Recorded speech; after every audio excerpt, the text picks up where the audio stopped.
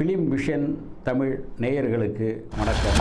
சுசித்ரா இவங்க என்னமோ ஒரு புதுசாக ஒரு சினிமாவை கண்டுபிடிக்கிறேங்கிற மாதிரி இது மென்டலு, இது மனநிலை சரியில்லை, அது ஏறக்குறைய ஒரு 30-40 பேரை ஒரு வழி ஆக்கிடுச்சு போல் இருக்கு. காசு வாங்கி பேசுனதும் இவங்க காசு வாங்கிட்டு பேசுகிறதும் ஏறக்குறைய ஒன்று. மனநிலை பாதிக்கப்பட்டவன் இருக்குல்ல, அது ஈஸியாக வெளியே வந்துடலாம். ஏதாச்சும் அடுத்த தெருவில் ஏதாச்சும் ஒரு விவாகரத்து நடந்தாலும் அது தனுஷ் தான் காரணங்கிற அளவுக்கு ரவுண்டு கட்டி அடிக்கிற மாதிரி இருக்குது. ரவுண்டு கட்டி அடிக்கிற, ஏன்னா அவன் ஓரளவு கொஞ்சம் நல்ல பெரிய லெவலில் போயிட்டு இருக்கான். ரஜினி சார் இல்லை ரஜினி சார் சொன்னார், இவர் கேட்குறாரு, அவங்க கேட்குறாங்க. பசங்களுக்கு அப்பா மேலே ரொம்ப பார்க்கணும்.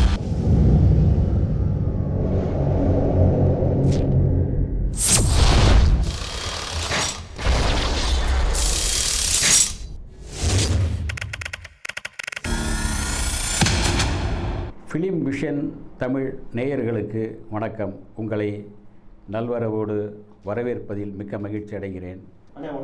வணக்கம் தம்பி. சுசித்ரா மேட்டர் ரொம்ப தீவிரமாக போயிட்டு இருக்கு. அப்போ அது கடல் கடந்தெல்லாம் போகும் போல் இருக்குது. அந்தளவுக்கு போயிட்டே தான் இருக்குது. அது ஏறக்குறைய ஒரு 30-40 பேரை ஒரு வழி ஆக்கிடுச்சு போல் இருக்குது. நல்ல வேளை ஆந்திரா பக்கம் அந்த இது ஒதுங்கலைன்னு நினைக்கிறேன். அந்த அளவுக்கு ஒரு நல்லா போயிட்டுருக்காது. அதாவது அவருடைய அனுபவமாக என்ன, அதாவது 7 வருடத்திற்கு முன்பு அவங்க அதை இதை பற்றி பேசினாங்க. இதனுடைய வீடியோஸ் எல்லாம் ரிலீஸ் பண்ணாங்க, இது பண்ணாங்க. அதனால் ஒரு மிகப்பெரிய தாக்கம் அன்றைக்கி ஏற்பட்டது, மிகப்பெரிய பாதிப்பும் ஏற்பட்டது. இவங்க எல்லாமே சேர்ந்து என்ன பண்ணிட்டாங்கன்னா, ஒன்று கூடி அந்த குரூப்பே ஒன்று கூடி இது மென்டலு, இது மனநிலை சரியில்லை, இதுவே ரிலீஸ் பண்ணிட்டு இதுவே நம்மக்கிட்ட நம்மளை தப்பாக சொல்லுது அப்படின்னு பேச ஆரம்பித்தோம்னா, இவங்க அதுக்கு மேலே மென்டல்னு சொன்ன பிறகு மக்கள் நம்ப மாட்டாங்கங்கிற மூடு தான் சொன்னாங்க. அதே மாதிரி அது பெருசாக அவங்கள இது பண்ணலை.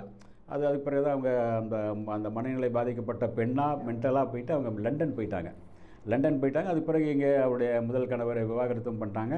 முதல் கணவர் ஓரின சேர்க்கையாளர், அவருடைய கணவர் தனுஷ் அப்படின்னு சொல்லிட்டாங்க. 2 பேருக்கும் அப்படின்னு சொல்லிட்டாங்க. அதே மாதிரி உங்களுக்கு திரிஷா பற்றி சொல்லியிருந்தாங்க.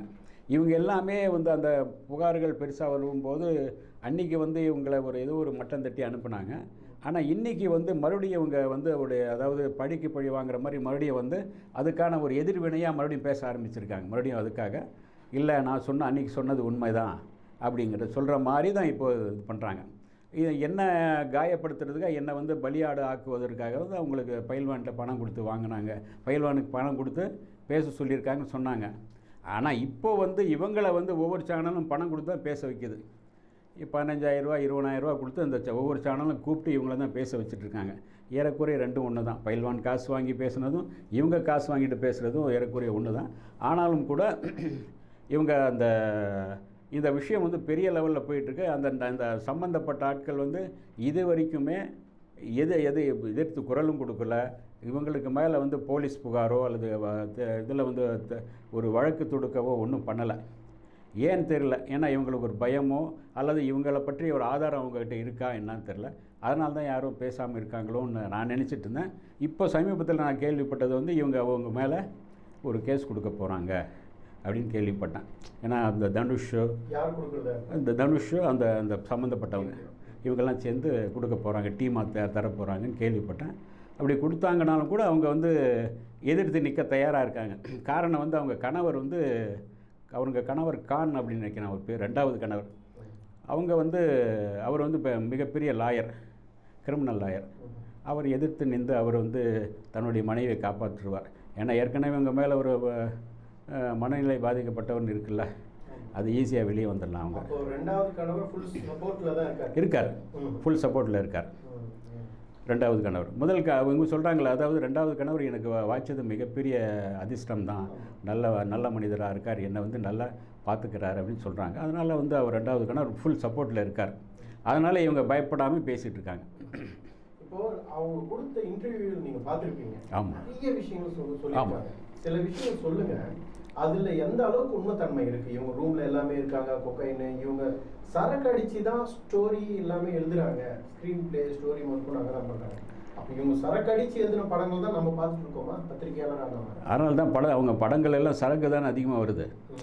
வைக்கிற சீன்லாம் சரக்கு அடிக்கிற மாதிரி தான் சீன்லாம் சமீப காலமாக வருது. பார்த்தீங்கன்னா பெரும்பாலும் வந்து சரக்கு அடிக்கிற சம்மந்தமாக கஞ்சா சம்மந்தமான படங்கள் தான் அதிகமாக வந்துட்டுருக்கு. ஒருவேளை அந்த பாதிப்பாக என்னன்னு தெரில. அதாவது அவங்க என்ன சொல்கிறாங்கன்னா, சுசித்ரா வந்து இவங்க என்னமோ ஒரு புதுசாக ஒரு சினிமாவை கண்டுபிடிக்கிறேங்கிற மாதிரி வந்து உட்கார்ந்து பேசுகிறாங்க, டிஸ்கஷன் பண்ணுறாங்க, இது பண்ணுறாங்க. கடைசியில் டிஸ்கஷன் பார்த்தா வேறு மாதிரி போயிடுது அப்படின்னு சொல்கிறாங்க இவங்க. ஆமாம், இதுதான் சொல்கிறாங்க அவங்க. அப்போ வந்து அவங்க நேரடியாக பார்த்துருக்கறனால தான் இது சொல்கிறாங்க. ஏன்னா நாம் பார்க்கல, நமக்கு தெரியாது, நம்மளை விடவும் மாட்டாங்க, பத்திரிக்கையாளர் அந்த பக்கம் போகவும் விட மாட்டாங்க. இவங்க வந்து அந்த ஜோதியில் கலந்துருந்தாங்க, அந்த ஜோதியில் ஐக்கியமாக இருந்ததுனால இவங்களுக்கு அந்த விஷயம் தெரிஞ்சதால புட்டு வைக்கிறாங்க. ஆனால் வந்து இது இல்லை, பொய் அப்படின்னு இவங்க சொல்கிறாங்க. பொய்ன்னு இவங்க சொல்லலை, இவங்க தரப்பில் சில பேர் சொல்கிறாங்க.